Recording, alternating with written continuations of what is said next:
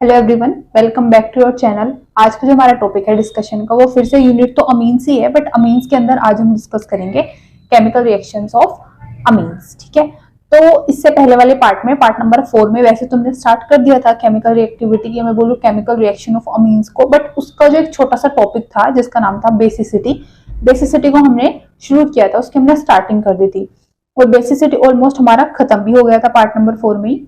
और part number 4 में जो मैंने आपको बेसिसिटी पढ़ाया है, पहले भी बताया था कि वो बहुत ज्यादा इंपॉर्टेंट टॉपिक है, क्योंकि आप अगर उसको एग्जामिनेशन पॉइंट ऑफ व्यू से देखते हो या अपने किसी भी कंपटीशन लेवल के पॉइंट ऑफ व्यू से देखते हो, तो ये वाला जो टॉपिक है, एक सब टॉपिक है अमीन्स के अंदर, बेसिसिटी वाला, ये बहुत इंपॉर्टेंट होता है।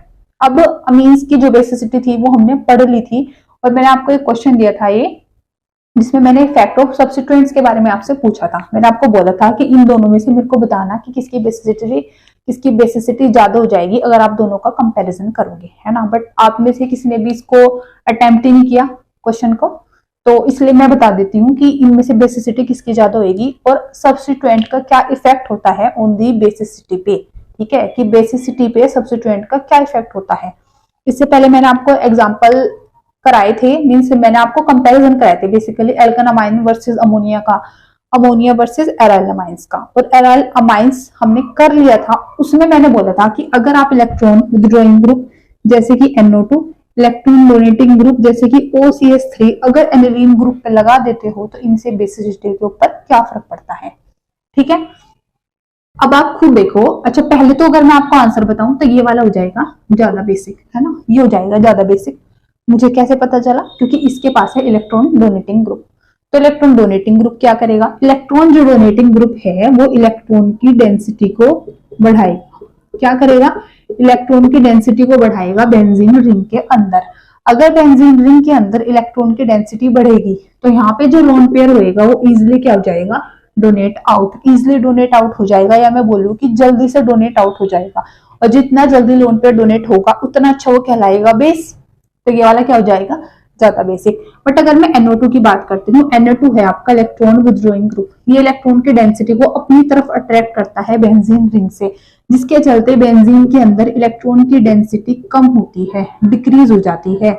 और अब यहाँ पे जो लोन पेयर होता है वो बाहर जाने की बजाय बेंजीन रिंग के अंदर ही आ जाता है, ताकि ये डीलोकलाइज कर सके और बैलेंस कर सके यहाँ पे जो इलेक्ट्रॉन डेंसिटी डिक्रीज हुई है उसको।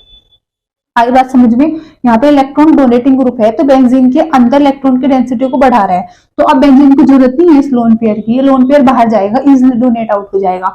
बट यहाँ पे जो लोन पेयर है उसको बेंजीन रिंग के अंदर आना पड़ेगा, क्योंकि बेंजीन रिंग के अंदर अब इलेक्ट्रॉन्स की कमी है, इलेक्ट्रॉन की डेंसिटी डिक्रीज हो रही है।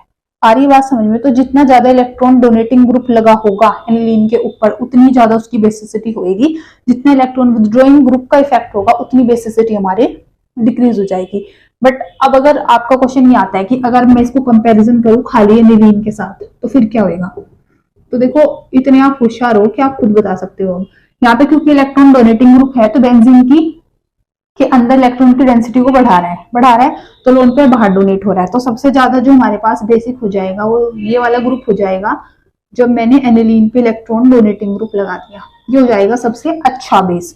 उसके बाद खाली एनिलीन, क्योंकि अगर इस पे कोई इलेक्ट्रॉन डेंसिटी दे नहीं रहा तो इससे कोई ले भी नहीं रहा। बट ये वाला तो लीस्ट ही होना है, क्योंकि इसके पास तो इलेक्ट्रॉन की डेंसिटी क्या है? कम है। आ रही है बात समझ में? तो ये हमारा हो जाएगा बेसिसिटी का ऑर्डर, कि जितना ज्यादा इलेक्ट्रॉन डोनेटिंग ग्रुप उतनी बेसिसिटी अच्छी, जितना इलेक्ट्रॉन विथड्रॉइंग ग्रुप उतनी बेसिसिटी कम। और बीच में आ जाता है एनिलीन, क्योंकि ना तो उसके ऊपर इलेक्ट्रॉन डोनेटिंग ग्रुप है ना ही उसके ऊपर इलेक्ट्रॉन विथड्रॉइंग ग्रुप है। तो ये होता है हमारा बेसिसिटी का ऑर्डर। तो अगर आप सिंपली समझना चाहते हो, पहले इलेक्ट्रॉन विथड्रॉइंग ग्रुप, उसके बाद सिंपल आपका एनिलीन, और सबसे लास्ट में पहले इलेक्ट्रॉन डोनेटिंग ग्रुप, फिर एनिलीन, और सबसे बाद में आपका इलेक्ट्रॉन विथड्रॉइंग ग्रुप। तो ये हो जाता है आपका बेसिसिटी का ऑर्डर। ठीक है, इसको आप याद रखोगे। फिर कह रही हूँ कि बेसिसिटी बहुत ज्यादा इंपॉर्टेंट है, इसका क्वेश्चन आता ही आता है, इसलिए आप इसको अच्छे से याद रखोगे। ठीक है, अब इसकी बजाय आप कोई और ग्रुप ले लो, इलेक्ट्रॉन डोनेटिंग कोई और ग्रुप ले सकते हो, इलेक्ट्रॉन विथड्रॉइंग कोई और ग्रुप से ले सकते हो। बेसिकली इलेक्ट्रॉन डोनेटिंग ग्रुप्स में आपको लोन पेयर दिखते हैं, इलेक्ट्रॉन विथड्रॉइंग में आपको कार्बोनिल ग्रुप्स दिखते हैं। कार्बोनिल क्या? ऐसे C डबल बॉन्ड O, इस तरह के ग्रुप्स दिखते हैं, तो ये इलेक्ट्रॉन को अपनी तरफ अट्रैक्ट करते हैं। These are electron withdrawing groups. ठीक है, तो यहाँ पे हमारा बेसिसिटी होता है खत्म। अब हम स्टार्ट करते हैं केमिकल रिएक्शन ऑफ अमीन्स। ठीक है, तो अब हम केमिकल रिएक्शंस पढ़ते हैं किसकी, अमीन्स की। तो केमिकल रिएक्शन ऑफ अमीन्स। अच्छा, केमिकल रिएक्शन ऑफ अमीन्स में हम फिर से इसको कैटेगराइज ही करेंगे सब पार्ट में, क्योंकि अगर हम कोई भी रिएक्शन पढ़ते हैं तो पहले उसका कैटेगराइजेशन ही करते हैं। ठीक है, तो chemical reactions of amines, amines की हम केमिकल रिएक्शन पढ़ेंगे, बट उससे पहले थोड़ा सा बिहेवियर समझ लेते हैं अमीन्स का कैसे होता है। मैंने आपको उससे पहले एक पार्ट में ये भी समझा था कि जो अमीन्स होते हैं वो रिएक्टिव होते हैं, और उनके रिएक्टिव होने का कारण था कि उनके पास लोन पेयर बैठा था, एक नाइट्रोजन था, एक हाइड्रोजन था। लिख के अगर मैं समझाऊं ज्यादा अच्छे से, आपके पास था ये RNH2 ग्रुप, जिसमें नाइट्रोजन के पास था लोन पेयर, हाइड्रोजन था जिसमें से नाइट्रोजन इलेक्ट्रोनेगेटिव था, हाइड्रोजन इलेक्ट्रोपॉजिटिव होता है। तो जब एक इलेक्ट्रोनेगेटिव और एक इलेक्ट्रोपॉजिटिव एलिमेंट होता है तो उनके बीच में पोलैरिटी डेवलप हो जाती है, चार्ज डेवलप हो जाते हैं। तो क्योंकि यहाँ पे पोलैरिटी डेवलप हो रही है, यहाँ पे लोन पेयर भी है, इसलिए रिएक्टिव था। ठीक है, अब एक चीज आपको पता होती है कि जो अमोनिया होता है NH3, अमोनिया से बना है ये RNH2। कैसे? मैंने इसका एक हाइड्रोजन हटा के एक R ग्रुप लगा दिया तो क्या बन गया, अमोनिया से RNH2, जिसको आप बोलते हो अमीन। तो अमोनिया का डेरिवेटिव है अमीन। अब अमोनिया के पास है लोन पेयर, इसलिए बिहेव करता है लुईस बेस की तरह। दूसरा बिहेव करता है न्यूक्लियोफाइल की तरह भी, क्योंकि न्यूक्लियोफाइल्स क्या होते हैं, जहां पे इलेक्ट्रॉन की डेंसिटी होती है। तो यहाँ पे भी लोन पेयर है, इसको भी बिहेव करना चाहिए लुईस बेस की तरह, और हमने अभी तो पढ़ा बेसिसिटी के बारे में इतना सारा। ठीक है, दूसरा ये बिहेव करेगा न्यूक्लियोफाइल की तरह, क्योंकि इलेक्ट्रॉन डेंसिटी तो इसके पास भी है। तो एक चीज हमें समझ आई यहाँ से कि जो हमारे अमीन्स होते हैं they behave as a nucleophile. तो अगर ये न्यूक्लियोफाइल की तरह बिहेव करेंगे तो ये क्या करेंगे, ये दूसरे न्यूक्लियोफाइल को रिप्लेस कर सकते हैं, उनकी जगह पे खुद बैठ सकते हैं और उनको रिएक्शन से बाहर निकाल सकते हैं। सिंपली कैसे बिहेव करेंगे, ये बिहेव करेंगे कैसे, न्यूक्लियोफाइल की तरह। एक अब अगर आप रिएक्शन कराओगे, ठीक है, आपके पास कोई रिएक्टेंट है, वहां पे ये जाएंगे। ठीक है, आपके मैं बेसिकली बोलूं सबस्ट्रेट के पास ये जाएंगे, वहां पे अटैक करेंगे, वहां पे जो न्यूक्लियोफाइल होगा उसको बाहर निकालेंगे। तो कौन सी तरह की रिएक्शन ये देंगे, तो ये देंगे न्यूक्लियोफिलिक सब्स्टिट्यूशन रिएक्शन। क्योंकि न्यूक्लियोफिलिक सब्स्टिट्यूशन रिएक्शन में एक न्यूक्लियोफाइल क्या करता है, दूसरे को सब्स्टिट्यूट आउट करता है। अब ये काम कर रहे हैं न्यूक्लियोफाइल की तरह, तो ये भी दूसरे को क्या करेंगे, सब्स्टिट्यूट ही करेंगे, इसलिए ये क्या देंगे, न्यूक्लियोफिलिक सब्स्टिट्यूशन रिएक्शन देंगे। अब कहना तो आसान है कि न्यूक्लियोफिलिक सब्स्टिट्यूशन रिएक्शन देंगे, आप बोलेंगे एग्जांपल दिखाओ, तो अब एग्जांपल्स ही करेंगे। ठीक है, अब हम कैटेगराइजेशन कर लेते हैं कि केमिकल रिएक्शंस ऑफ अमीन्स में हमें कौन कौन सी चीजें पढ़नी है। देखो, सबसे पहले मैं आपको बताऊंगी एल्काइलेशन। क्या बताने वाली हूँ, एल्काइलेशन। नंबर 1 पे हम पढ़ेंगे एल्काइलेशन। नंबर 2 पे जो हमने पढ़ना है वो पढ़ना है एसाइलेशन, जहां पे हम खूब देखेंगे न्यूक्लियोफिलिक सब्स्टिट्यूशन रिएक्शन। तीसरा जो हम पढ़ेंगे वो पढ़ेंगे कार्बल अमीन रिएक्शन। इंपॉर्टेंट है बहुत ज्यादा, क्योंकि ये नेम रिएक्शन भी है। ठीक है, फिर फोर्थ है हमारे पास रिएक्शन विद नाइट्रोस एसिड। ठीक है, रिएक्शन विद नाइट्रोस एसिड। सारी रिएक्शन इंपॉर्टेंट है, क्योंकि कहीं ना कहीं ये कंफर्मेटरी टेस्ट भी है। ये मैं बोलूं कि प्राइमरी, सेकेंडरी और टर्शरी को अगर आपको पहचानना है तो आप इन रिएक्शंस का ही यूज करते हैं। उसके बाद आपके पास है reaction with aryl sulphonyl chloride. तो जहां से हम एक बड़ा इंपॉर्टेंट रिएजेंट पढ़ते हैं जिसका नाम होता है हेजनबर्ग्स रिएजेंट।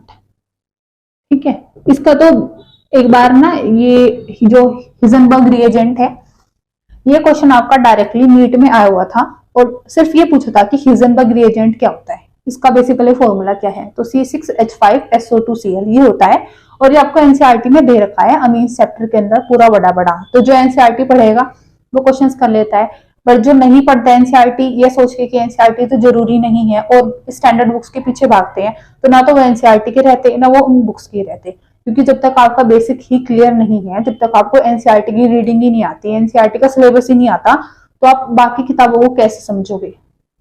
ठीक है, और वैसे भी एनसीईआरटी इतनी इंपॉर्टेंट है कि अगर आप कोई भी एग्जाम देते हो तो मस्ट होता है पहले एनसीईआरटी का ही पढ़ना।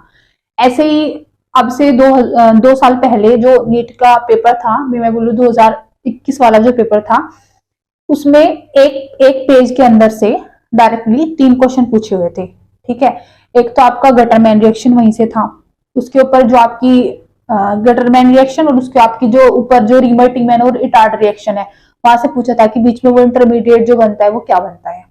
ठीक है, तो बेसिकली एक पेज से आपका सीधे 3 क्वेश्चन पूछे हुए थे। ऐसे ही हिजनबर्ग रिएजेंट, ये भी एनसीईआरटी का है, डायरेक्ट क्वेश्चन पूछा हुआ है। ऐसे ही हेलो एल्केन्स हेलो एरीन्स में जो आपका बॉन्ड जो बॉन्ड लेंथ या बॉन्ड ऑर्डर के ऊपर जो क्वेश्चन आता है, बॉन्ड इंथैल्पी का बेसिकली जो क्वेश्चन आता है कि CH3F CH3Br इनमें से किसकी बॉन्ड इंथैल्पी बॉन्ड लेंथ ज्यादा होती है, वहां से भी क्वेश्चन डायरेक्टली आया हुआ है। लेकिन आपको एनसीईआरटी की अहमियत तब पता चलता है जब आप ये तो प्रीवियस ईयर क्वेश्चंस को एनालाइज करते हो या फिर एग्जाम में बैठ जाते हो। एक बार बैठ के अपना अटेम्प्ट खो देते हो फिर समझ आता है कि एनसीईआरटी कितनी जरूरी है। तो कहीं भी इधर उधर भागने से अच्छा है पहले एक बार एनसीईआरटी की रीडिंग कर लो, एनसीईआरटी को ढंग से समझ लो, क्योंकि लगता है कि एनसीईआरटी इजी है बट जब आप उसकी एक एक लाइन पढ़ोगे, उसको समझोगे, उसकी रिएक्शंस का मैकेनिज्म जो जरूरी है वो करोगे, उसके क्वेश्चंस करोगे, तो तब आपको पता चलेगा कि एनसीईआरटी भी किसी से कम नहीं है। ठीक है, तो चलो वापस आते हैं। उसके बाद हमारे पास जो है अब लास्ट में वो है इलेक्ट्रोफिलिक सब्स्टिट्यूशन रिएक्शन। ठीक है, तो इलेक्ट्रोफिलिक सब्स्टिट्यूशन रिएक्शन वाला ना पूरा बड़ा एक अलग से टॉपिक है, इसको तो हम अलग से डील करेंगे, बट उससे पहले ना हम ये जो 5 पार्ट है ये डिस्कस कर लेते हैं।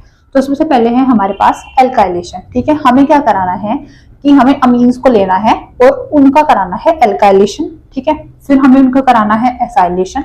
फिर नेम रिएक्शन है जिसमें हम प्राइमरी आपके अमीन्स के साथ डील करते हैं। फिर है रिएक्शन विद नाइट्रस एसिड, इसमें प्राइमरी सेकेंडरी टर्शरी तीनों तरह के अमीन्स के साथ डील करते हैं। फिर है reaction with aryl sulphonyl chloride जिसमें हम रिएक्शन कराते हैं प्राइमरी या फिर सेकेंडरी अमीन्स के साथ में। ठीक है, फिर इलेक्ट्रोफिलिक सब्स्टिट्यूशन रिएक्शन तो है ही जिसमें हम एनिलीन की खूब सारी इलेक्ट्रोफिलिक सब्स्टिट्यूशन रिएक्शंस को पढ़ेंगे। तो सबसे पहले जो हमें डिस्कस करना है वो हमें करना है एल्काइलेशन। ठीक है, तो सबसे पहले ना जो अब हमें डिस्कस करना है वो क्या डिस्कस करना है, हमें एल्काइलेशन। तो एल्काइलेशन को हम देख लेते हैं। तो जो हमारी फर्स्ट हेडिंग है वो है एल्काइलेशन। ठीक है, अब ना अगर आप एनसीईआरटी में देखोगे तो ये जो एल्काइलेशन रिएक्शन है ना ये उन्होंने नहीं दे रखी, बस नाम दे रखा है एल्काइलेशन। बट मैं आपको यहाँ पे वो रिएक्शंस भी कराती हूँ जिसका सिर्फ नाम दे रखा है ताकि आपको फिर इधर उधर ना भागना पड़े। ठीक है, एल्काइलेशन सिर्फ दे रखा है कि एल्काइलेशन, और आपने पहले पढ़नी, बट पहले पढ़ा हुआ मैं याद नहीं रहता, तो जितने भी चाहे वो रिएक्शन करा रखी है नहीं करा रखी, मैं फिर भी आपको वो सारी रिएक्शंस यहाँ पे इसीलिए कराती हूँ ताकि आपको कंफ्यूजन ना हो। ठीक है, तो ये है हमारे पास, देखो एल्काइलेशन करना क्या है कि हमें लेना है यहाँ पे अमीन, और मैं क्या ले लेती हूँ, मैं ले लेती हूँ C2H5, R को मैं ले लेती हूँ C2H5NH2। ये हमारा क्या है, इथेनामाइन है। ठीक है, ये मैं बोलूँ कि इथाइल अमीन है, लिख देते हैं इथाइल अमीन है। ठीक है, इसकी रिएक्शन जब हम किसके साथ कराते हैं, एल्काइल हैलाइड के साथ कराते हैं। एल्काइल हैलाइड में ले लेती हूँ C2H5Br। ठीक है, आप यहाँ पे X भी मान सकते हो, मैं एक स्पेसिफिक ब्रोमीन भी ले रही हूँ। तो अगर हम इथाइल अमाइन की रिएक्शन किसके साथ कराते हैं, अल्काइल हैलाइड के साथ, या मैं बोलूं इथाइल ब्रोमाइड के साथ, क्योंकि ये तो आपका स्पेसिफिक ही हो गया, इथाइल भी और ब्रोमीन भी, तो इथाइल ब्रोमाइड के साथ, तो आपको यहाँ से क्या मिलेगा, आपको यहाँ से देखने को मिलेगा कि जो आपके प्राइमरी अमीन्स है वो कन्वर्ट हो रही है सेकेंडरी में, सेकेंडरी टर्शरी में, और टर्शरी हो रहे हैं क्वार्टनरी में। बट वो कब हो रहे हैं, जब आप इस अल्काइल हैलाइड को एक्सिस में ले रहे हो, इसमें ले रहे हो एक्सिस में। तो अगर आप अमीन की रिएक्शन, प्राइमरी अमीन की रिएक्शन अल्काइल हैलाइड के साथ कराते हो और अल्काइल हैलाइड को भी आप एक्सिस में लेते हो, तो आपको यहाँ पे मिक्सचर्स मिलते हैं। मिक्सचर्स किसका, प्राइमरी का, सेकेंडरी का, टर्शरी का और साथ में क्वार्टनरी का। बट अगर आप एक ही मोल के साथ रिएक्शन कराते हो स्पेसिफिक, फिर प्राइमरी कन्वर्ट हो जाता है सेकेंडरी में, सेकेंडरी टर्शरी में, टर्शरी क्वार्टनरी में। बट अगर आप इसको एक्सिस में लेते हो, बेसिकली जो लिया जाता है एक्सिस के अंदर ही, तो फिर आपको यहाँ पे ना वैरायटी ऑफ क्या मिलती है, प्रोडक्ट्स मिलती हैं, या हम बोलते हैं कि मिक्सचर मिलते हैं। फिर आपको उनको सेपरेट आउट करना पड़ेगा। ठीक है, तो अगर आप एक्सिस में लोगे तो फिर हमें ये समस्या आती है। तो अगर मैं इथाइलमाइन की रिएक्शन इथाइल ब्रोमाइड के साथ कराती हूँ, तो देखो होता क्या है, यहाँ पे जो हमारा बनता है वो क्या बनता है, C2H5 का ट्वाइस NH प्लस का आपका HBr। ठीक है, और ये बन जाता है सेकेंडरी अमाइन या 2 डिग्री, और ये क्या था प्राइमरी। तो प्राइमरी से क्या बना, सेकेंडरी बना। अब मैं आपको एक बार समझा दूं कि रिएक्शन कैसे हो रही है। देखो यहाँ पे हमारे पास क्या है, C2H5NH2 मीन्स यहाँ पे बैठा है एक लोन पेयर, और यहाँ पे आपके पास है C2H5Br, ठीक है। तो ये इसके ऊपर अटैक करेगा और ये आपका यहाँ से हो जाएगा आउट, सिंपल। या अगर किसी को ये चीज नहीं समझ आती, ऐसे आप नहीं समझना चाहते, तो एक चीज समझो कि C2H5 ये एल्काइल ग्रुप है और ये है आपका हेलोजन। इन दोनों में से ज्यादा इलेक्ट्रोनेगेटिव कौन है, तो हम बोलेंगे हेलोजन ही है, हमें सबको पता है। अगर ये इलेक्ट्रॉन ज्यादा नेगेटिव है तो पार्शियल नेगेटिव इसके ऊपर आएगा, पार्शियल पॉजिटिव इसके ऊपर आ जाएगा। और जब ये बॉन्ड पूरा टूटेगा तो Br नेगेटिव को लेके निकलेगा और C2H5 क्या आएगा, पॉजिटिव। तो अब तो आप इसका अटैक इस पे करा सकते हो, ठीक है। तो यहाँ पे क्या बन जाएगा, देखो C2H5N।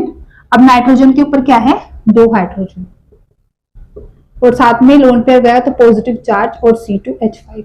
अब नाइट्रोजन एक इलेक्ट्रोनेगेटिव एलिमेंट है, फिर से इसके ऊपर पॉजिटिव चार्ज नहीं रह सकता, वो अनस्टेबल है, इसलिए यहाँ से H+ निकल जाता है प्रोटॉन पॉजिटिव लेके, और वो H+ Br नेगेटिव के साथ क्या बना लेता है, HBr। क्या बना लेता है, HBr। और आपको क्या मिलता है, C2H5 का ट्वाइस, और साथ में क्या मिलता है, ये NH मिलता है, ठीक है। तो आपको यहाँ से सीधा क्या मिल जाता है, ये मिल जाता है। तो अगर आपको रिएक्शन का मैकेनिज्म समझना है तो बड़ा सिंपल है। अगर आपको कोई रिएक्शन नहीं समझ आती, सबसे पहला काम है इसको प्लस और माइनस में तोड़ लो, बॉन्ड को तोड़ लो प्लस और माइनस में, उसके बाद फिर अटैक करा दो, प्लस को भेज दो माइनस के साथ, माइनस को भेज दो प्लस के साथ, बड़ा सिंपल, ठीक है। तो इतना हमने समझा कि हमें यहाँ से क्या मिला, सेकेंडरी मिला, ठीक है।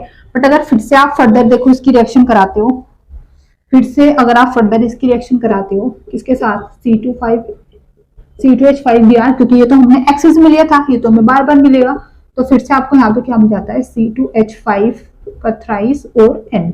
अब ये क्या है आपका टर्शियरी अमीन है, क्या मिला, टर्शियरी अमीन।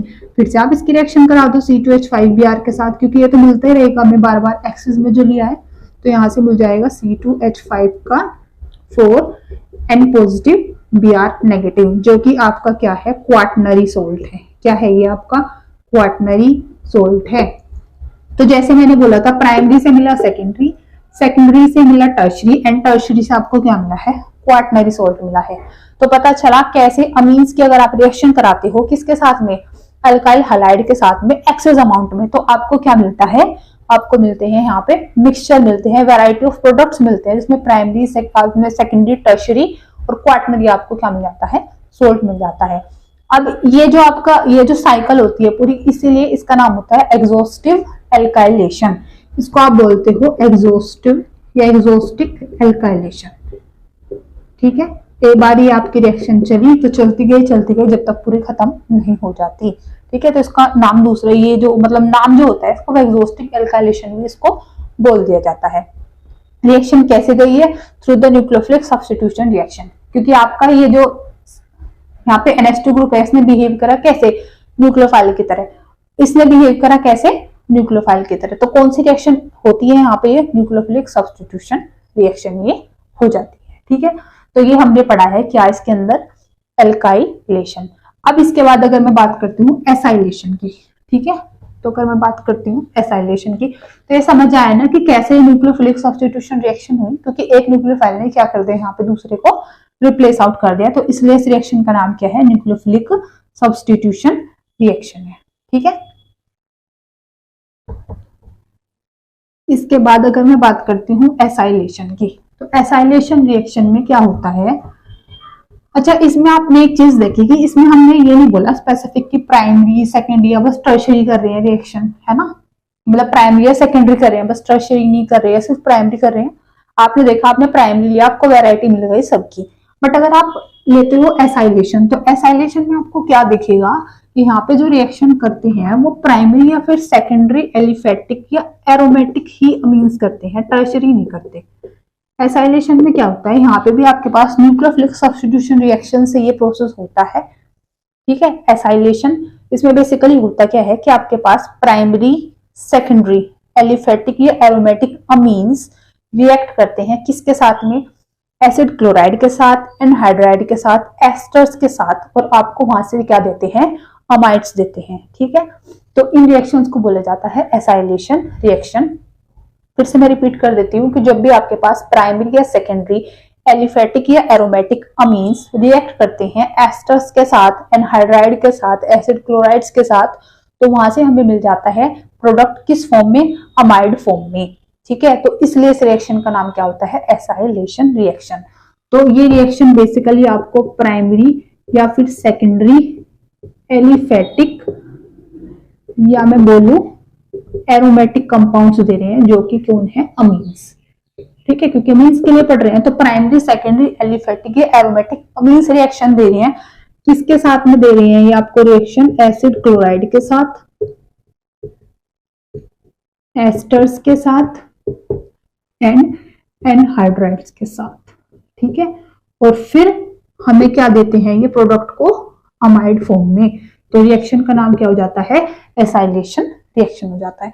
अब आपका क्वेश्चन होना चाहिए कि प्राइमरी और सेकेंडरी ही क्यों, है ना, टर्शियरी कहाँ गए, तो टर्शियरी क्यों नहीं देते, देखो रिएक्शन, क्योंकि हमारे पास क्या है, एनिलीन RNH2 है ना, और इस RNH2 में से अभी मैं आपको रिएक्शन करके भी दिखाऊंगी, होएगा क्या, यहाँ से एक हाइड्रोजन हटेगा और उसके बजाय ये असाइल ग्रुप्स लगेंगे। तो एक हाइड्रोजन हटके क्या लगेगा, असाइल ग्रुप लगेगा।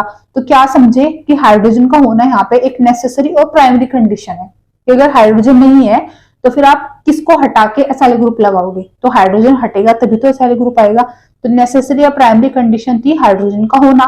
प्राइमरी में 2 हाइड्रोजन, सेकेंडरी में 1 हाइड्रोजन, और टर्शियरी में क्या होता है, टर्शियरी में क्या है, क्या कोई हाइड्रोजन है, देखना टर्शियरी अमीन में क्या कोई हाइड्रोजन है। ठीक है, तो टर्शियरी अमीन के अंदर कोई भी हाइड्रोजन नहीं है। अगर हाइड्रोजन नहीं है, यही कारण है कि जो टर्शियरी अमीन्स होते हैं they do not undergo acylation reaction, इनमें आप एसाइलेशन रिएक्शन को नहीं करा सकते। ठीक है, अब एसाइलेशन को पढ़ते हैं हम, कैसे हो रही है एसाइलेशन। तो समझ आया कि प्राइमरी और सेकेंडरी ही क्यों एसाइलेशन रिएक्शन दे रहे हैं, आपके टर्शियरी क्यों नहीं लेते, आया ना समझ में। टर्शियरी इसलिए नहीं देते क्योंकि उनके पास हाइड्रोजन ही नहीं है, और हमारे तो प्राइमरी कंडीशन ही है कि हाइड्रोजन होए, हाइड्रोजन को हटा के हम असाइल ग्रुप लगाए। ठीक है, तो अब अगर मैं एग्जांपल ले लूं फिर से इथाइलामीन का C2H5NH2, ठीक है, इसकी रिएक्शन में करा रही हूँ C2H5 C double bond O Cl। ये आपका क्या है, एक असाइल ग्रुप है, मैं बोल दूं कि एसिड क्लोराइड है। ठीक है, तो अगर आप इसकी रिएक्शन कराते हो, अच्छा एक चीज और है जो आप याद रखो कि इसकी रिएक्शन आप कराओगे in the presence of strong base. आप इसकी रिएक्शन कराओगे स्ट्रॉन्ग बेस की प्रेजेंस में। अब आप बोलोगे स्ट्रॉन्ग बेस तो बहुत सारे हैं, कौन से स्ट्रॉन्ग बेस, वो स्ट्रॉन्ग बेस जो कि ज्यादा बेसिक है इस अमीन से। क्या है, जो अमीन से ज्यादा बेसिक होंगे हम वो वाले क्या लेंगे, यहाँ पे बेसिस लेंगे। ठीक है, एग्जाम्पल है उसका पिरिडीन। क्या है, पिरिडीन। तो पिरिडीन वो बेस है जो कि ज्यादा बेसिक है अमीन से। अब रीजन क्या है, क्योंकि अगर मैं स्ट्रॉन्ग बेस लेती हूँ तो उसकी प्रेजेंस में ये बिहेव करेगा एज ए वीक एसिड की तरह। क्या आपको पता है कि अगर ये भी बेस है और ये भी है और ये वाला ज्यादा बेसिक है, तो फिर ये बिहेव करने लगता है एज ए वीक एसिड की तरह। किसके सामने, इसके सामने। ठीक है, अगर ये ज्यादा बेसिक है तो ये इसके सामने कैसे बिहेव करेगा, एज अ वीक एसिड की तरह बिहेव करेगा। अब हमें क्या जरूरत है इसको एसिड की तरह बिहेव कराने की, तो जरूरत ये है क्योंकि एसिड्स वो होते हैं जो H+ को बाहर निकालते हैं, और अभी मैंने बोला कि H को हटा के आपको उसके बजाय सब्स्टिट्यूट कराना है एसाइल ग्रुप। ठीक है, तो अगर आपके यहाँ से H+ निकल रहा है बाहर, अगर इस अमीन से H+ बाहर निकल रहा है तो सीधी सी बात है ये तो क्या हुआ, एसिड हुआ। ठीक है, और इससे आप एसिड कब निकाल पाओगे, जब ये एसिड की तरह बिहेव करेगा। और एसिड की तरह बिहेव कब करेगा, जब आप इसके सामने कोई क्या लोगे, स्ट्रॉन्ग बेस लोगे। तो आई बात समझ में कि ये जो रिएक्शन होती है एसाइलेशन ये स्ट्रॉन्ग बेस की प्रेजेंस में क्यों होती है, बिकॉज हमें इसको बिहेव कराना है एज ए एसिड की तरह, क्योंकि हमें यहाँ से निकालना है H+, क्योंकि हमें H+ को हटा के क्या लगाना है, असाइल ग्रुप। तो इसलिए हम क्या लेते हैं, स्ट्रॉन्ग बेस। तो आई होप आपको ये चीज समझ आ गई होगी कि स्ट्रॉन्ग बेस को क्यों लिया जाता है। ठीक है, तो अब अगर मैं यहाँ पे आपको ये रिएक्शन दिखाऊं फिर से, अच्छा ये आपके पास क्या है, ये है कार्बोनिल ग्रुप। क्या है ये, कार्बोनिल ग्रुप है ना, और यहाँ पे आपके पास क्या है, Cl। और क्लोरीन क्या होते हैं, वो तो होते हैं ज्यादा इलेक्ट्रोनेगेटिव, हमें पता है हैलोजेंस होते हैं। तो यहाँ पे आएगा फिर से पार्शियल नेगेटिव, यहाँ पे क्या जाएगा, पार्शियल पॉजिटिव चार्ज। तो ये यहाँ पे क्या करेगा, आके अटैक करेगा, तो क्या बन जाएगा C2 H5, N के ऊपर एक हाइड्रोजन, दूसरा हाइड्रोजन एक पॉजिटिव चार्ज और ये लग जाएगा C2, सॉरी यहाँ से करोगे ना आप अटैच, जहां पे अटैक करा C double bond O C2H5 और ये क्या हो जाता है यहाँ से Cl नेगेटिव आउट। ठीक है, अब नाइट्रोजन के ऊपर है पॉजिटिव चार्ज और नाइट्रोजन तो बर्दाश्त नहीं करेगा पॉजिटिव चार्ज क्योंकि वो खुद एक इलेक्ट्रोनेगेटिव एलिमेंट है, तो यहाँ से H प्लस निकल जाता है पॉजिटिव लेके, यहाँ पे छोड़ देता है नेगेटिव, तो पॉजिटिव नेगेटिव बन जाता है आपका न्यूट्रल। और ये जो H प्लस निकला वो इसके साथ अपना मेल मिलाप करके बना लेता है HCl, तो HCl तो बनेगा और साथ में यहाँ से क्या बनेगा आपका C2H5NH C double bond O C2H5 जो क्या है आपका एक अमाइड फॉर्म है। क्या है ये? एक अमाइड फॉर्म है। ठीक है, तो ये क्या है आपकी एक अमाइड फॉर्म है, क्योंकि अमाइड क्या होता है C डबल बॉन्ड O है ना, C double bond O NH2 होता है ना अमाइड फॉर्म, तो ये क्या है देखो C double bond O NH, तो हाइड्रोजन हटा के हमने क्या लगा दिया है C2H5 ग्रुप लगाया, तो ये क्या है ये एक अमाइड फॉर्म है। ठीक है, C double bond O NH2 क्या होता है अमाइड फॉर्म, तो ये भी क्या है आपकी एक अमाइड फॉर्म है, तो इसलिए हम बोलते हैं कि यहाँ से हमें क्या मिलते हैं अमाइड्स मिलते हैं। तो ये मैंने जब रिएक्शन कराई एसिड क्लोराइड के साथ, बट अगर मैं यहाँ पे एनहाइड्राइड लूं तब क्या होगा? कोई नहीं, आप एनहाइड्राइड भी ले लो। ठीक है, तो अगर मैं यहाँ पे एनहाइड्राइड लूं, रिएक्शन तो आप एसाइलेशन जितना भी कराओगे स्ट्रॉन्ग बेस के साथ ही कराओगे, ये बात तो आपको याद रखनी है ना। तो अगर मैं यहाँ पे क्या ले लूं, मैं यहाँ पे ले लूं अब एनहाइड्राइड, तो CH3 C double bond O C double bond O CH3, ये आपने क्या ले लिया है एनहाइड्राइड। ठीक है, अब एक चीज समझो कि ये मैंने आपको पहले भी बताया है कि अगर आप इस बॉन्ड को यहाँ से तोड़ोगे तो ऑक्सीजन इसके साथ जाएगा, यहाँ से तोड़ोगे तो इसके साथ जाएगा, जैसे भी तोड़ लो, लेकिन ऑक्सीजन जिसके साथ जाएगा नेगेटिव लेके जाएगा, दूसरे पे क्या छोड़ेगा वो पॉजिटिव छोड़ेगा। पॉजिटिव छोड़ेगा, लोन पेयर बैठा है इसी इंतजार में कि पॉजिटिव दिखे। ठीक है, तो हाइड्रोजन हाइड्रोजन पॉजिटिव, और यहाँ पे क्या जाएगा C double bond O CH3 plus ये आपका बाहर निकल गया क्या CH3 C double bond O negative, और नाइट्रोजन पे पॉजिटिव है उसको हटाने के लिए H प्लस निकलेगा बाहर, इसको न्यूट्रल कर देगा और यहाँ पे क्या बन जाएगा CH3 C double bond O OH, और साथ में आपका ये बन जाएगा फिर से एक अमाइड ग्रुप, और साथ में क्या बन जाएगा बाय प्रोडक्ट आपका एसिटिक एसिड। ठीक है, तो अगर आपने एनहाइड्राइड लिया तो रिएक्शन आपकी ऐसे हो जाती है। इसमें आपको है कोई डाउट? बिल्कुल सिंपल सी रिएक्शन है। आप इसकी बजाय आप यहाँ पे R ग्रुप ये एरोमेटिक भी ले सकते हो, एलिफेटिक के बजाय आप एरोमेटिक भी ले सकते हो, मीन्स एल्काइल के बजाय आप कोई एराइल ग्रुप भी ले सकते हो, तब भी बिल्कुल सेम प्रोसेस है। ठीक है, तो क्वेश्चन ये पूछा जा सकता है कि हम स्ट्रॉन्ग बेस क्यों लेते हैं एसाइलेशन रिएक्शन में, तो पता चला क्योंकि हमें उसको बिहेव कराना है जैसे एसिड की तरह और वहां से H प्लस को निकाल के एसाइल ग्रुप लगाना है, इसलिए हम क्या ले लेते हैं स्ट्रॉन्ग बेस ले लेते हैं। तो ये हमारी रिएक्शन थी कौन सी? Acylation reaction. ठीक है, बिल्कुल सिंपल रिएक्शन। इसके बाद अब अगर आप रिएक्शन कराते हो कौन सी? इसके बाद अगर आप रिएक्शन कराते हो अब कार्बोलमीन रिएक्शन, कौन सी? कार्बोलमीन रिएक्शन। तो हमारी जो थर्ड रिएक्शन थी वो थी कार्बोलमीन रिएक्शन।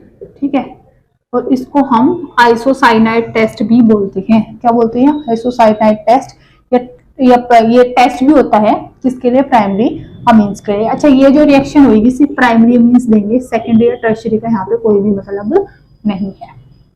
तो रिएक्शन कैसे होती है कि जब भी हम आप, अच्छा ये प्राइमरी जो अमीन्स होते हैं वो आप एलिफेटिक भी ले सकते हो और एरोमेटिक भी, ये कंफ्यूजन में मत रहना, चाहे आप एलिफेटिक ले लो चाहे एरोमेटिक ले लो। जब भी आप प्राइमरी अमीन्स को लेते हो in the presence of chloroform और स्ट्रॉन्ग बेस के साथ में, तो आपको मिलता क्या है यहाँ से? आपको यहाँ से मिलता है आइसोसाइनाइड। क्या मिलता है आपको यहाँ से?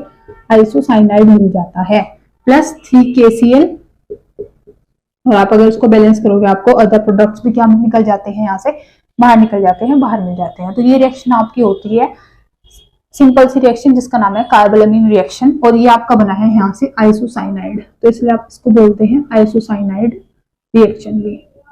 ठीक है, तो कार्बोलमीन रिएक्शन या मैं बोलूँ आइसोसाइनाइड रिएक्शन या मैं बोलूँ test for the primary amines, क्योंकि इस वाले रिएक्शन को सिर्फ प्राइमरी अमीन्स देते हैं, सेकेंडरी या फिर टर्शियरी अमीन्स नहीं देते।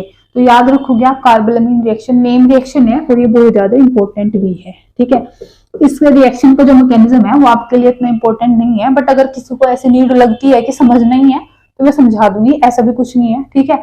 बट क्योंकि बोर्ड्स के लिए उतना ये नहीं होता जरूरी, ये आपको इतना याद रखना है कि जब भी प्राइमरी अमीन आपको मिलेगा क्लोरोफॉर्म और बेस के साथ में, तो वहां से आपको क्या मिलेगा, आइसोसाइनाइड मिलेगा। और सिंपली ये रिएक्शन कई बार आपको प्राइमरी अमीन देंगे, ये देंगे और प्रोडक्ट पूछ लेंगे, ये आपसे पूछेंगे कि कौन सी रिएक्शन है जो प्राइमरी अमीन्स के लिए होती है स्पेसिफिक, ऐसे पूछ लेंगे। या आप बोल लेंगे कि आइसोसाइनाइड के लिए कौन कौन सी कंडीशन चाहिए, तो प्राइमरी अमीन, क्लोरोफॉर्म और ये। तो यही एक ही इक्वेशन आपसे कम से कम 3 से 4 तरीकों से पूछ सकते हैं। तो अगर आपको ये इक्वेशन याद है तो आप उसको सिंपली फिर आंसर कर ही दोगे, ठीक है। तो ये रिएक्शन थी हमारी कौन सी, कार्बोलमीन रिएक्शन। इसके बाद जो हमारी नेक्स्ट रिएक्शन है वो है रिएक्शन विद नाइट्रिक एसिड और फिर reaction with aryl sulphonyl chloride, ठीक है। तो हमारी फिर 2 रिएक्शन हो रहती है जो कि हम नेक्स्ट पार्ट में करेंगे, क्योंकि अगर मैं अच्छा रिएक्शन विद नाइट्रस एसिड के साथ अगर मैं कराऊंगी तो वो प्राइमरी, सेकेंडरी, टर्शियरी तीनों के साथ करता है। ऐसे ही आपका एराइल जो मैंने बोलता हिंसबर्ग्स रिएजेंट, वो प्राइमरी और सेकेंडरी के साथ करता है। तो फिर ये थोड़ा ना काफी लंबी वीडियो खिंच जाएगी, तो इस वाली वीडियो में इतने करते हैं। नेक्स्ट में मैं जो 3 हो गई है केमिकल रिएक्शंस में, 3 बाकी है, जो बची हुई 3 है वो मैं नेक्स्ट वाले में करा दूंगी, ठीक है। तो केमिकल रिएक्शंस हमारे फिर खत्म हो जाएगी। तो आज वाली वीडियो में इतना ही। Thank you so much. Video अगर आपको अच्छी लगती है तो वीडियो को लाइक करना, चैनल को सब्सक्राइब करना और वीडियो को फर्दर शेयर भी कर दो आप लोग, ताकि और लोग भी इस वीडियो से मैक्सिमम अपना आउटपुट या बेनिफिट ले सके।